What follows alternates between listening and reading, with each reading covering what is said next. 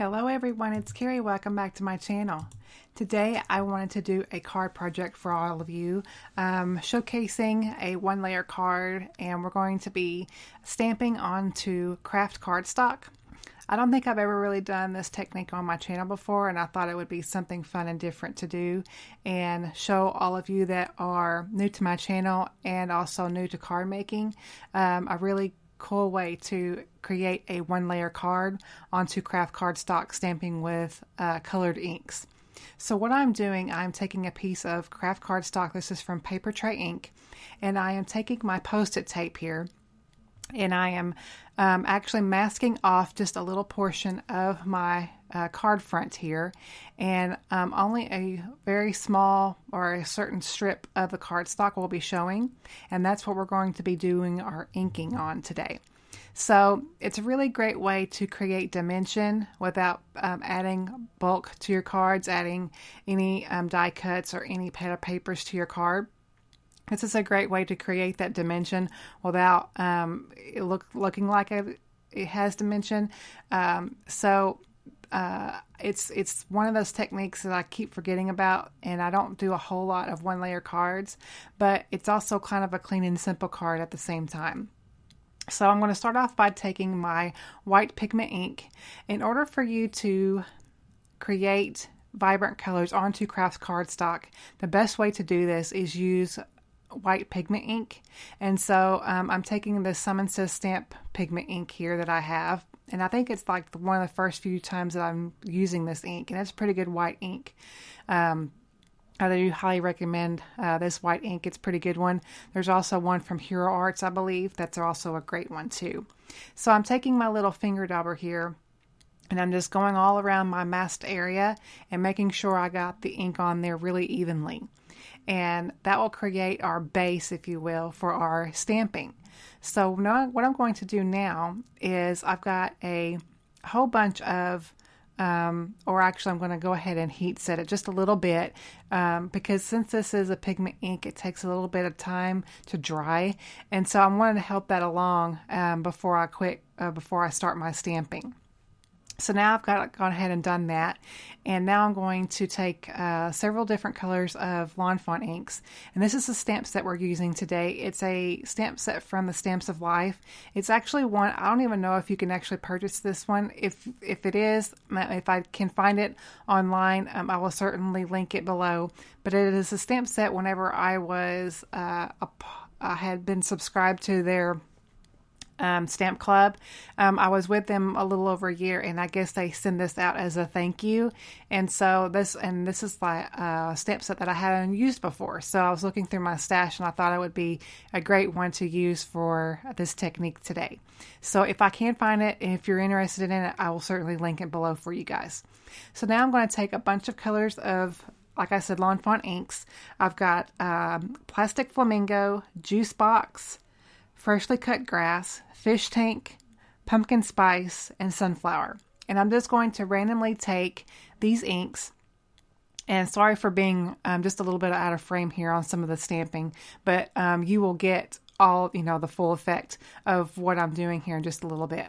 But I'm taking these inks, just randomly stamping along this panel here, trying to do it as evenly as possible, so it will be pleasing to the eye. But I'm taking the larger of the flower. Well, this is not the largest flower in the set. This is kind of like the medium flower, but it was a great size for the size panel that I created.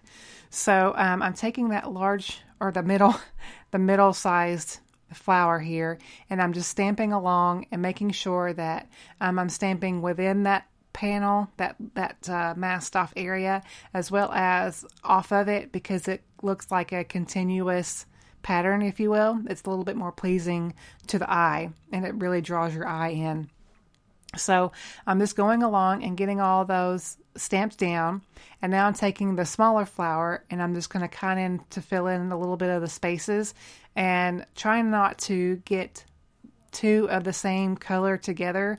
I think I did maybe if one or a few times I got two colors the same together, but not in the flower part.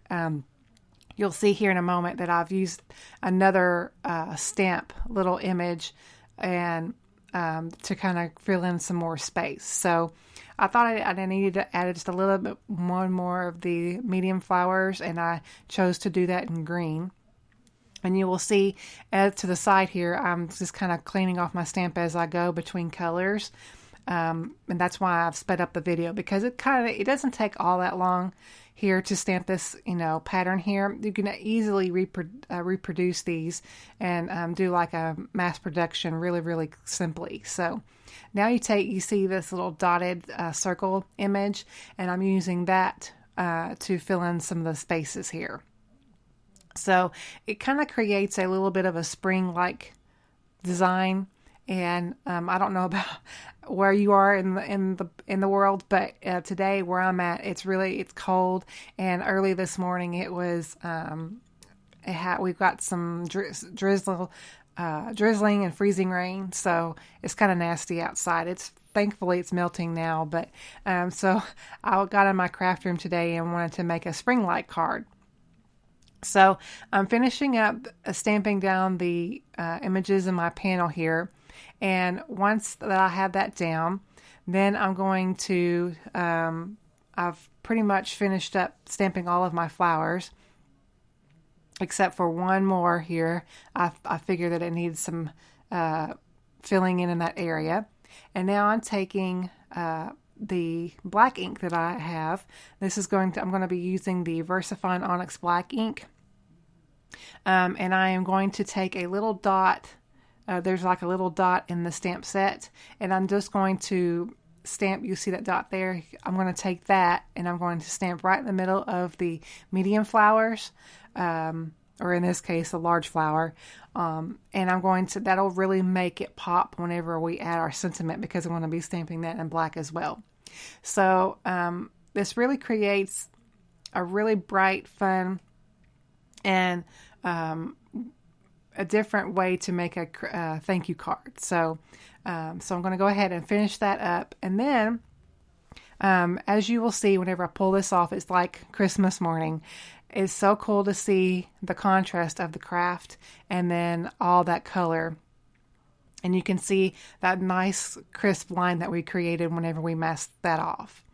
So I'm going to remove all my tape here, and you can see how that turned out. And it's really, really fun. And like I said, it creates a dimensional one layer. It looks like you have dimension on your card when you actually don't. So I'm taking this Thanks So Much sentiment from the same stamp set, and I'm using the same black ink, the VersaFine Onyx Black, and I'm going to stamp that down.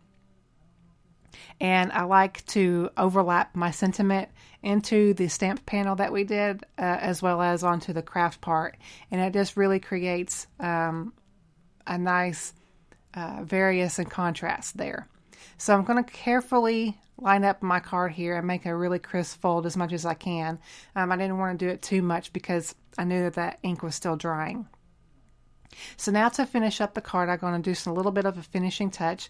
Even though we have that sharp, crisp line, I wanted to give it a little bit of a finishing edge. So I'm going to take my Copic multi-liner here, and I'm just going to create a faux stitched line. And that really does set off that area there, as well as bring out some of the more of the black in there. And then I'm going to take my Wink of Stella and carefully dot some of the Wink of Stella onto the middle of those flowers, just to give a little bit of a shimmer. So I hope that you enjoyed this tutorial. That's going to do it for this card today.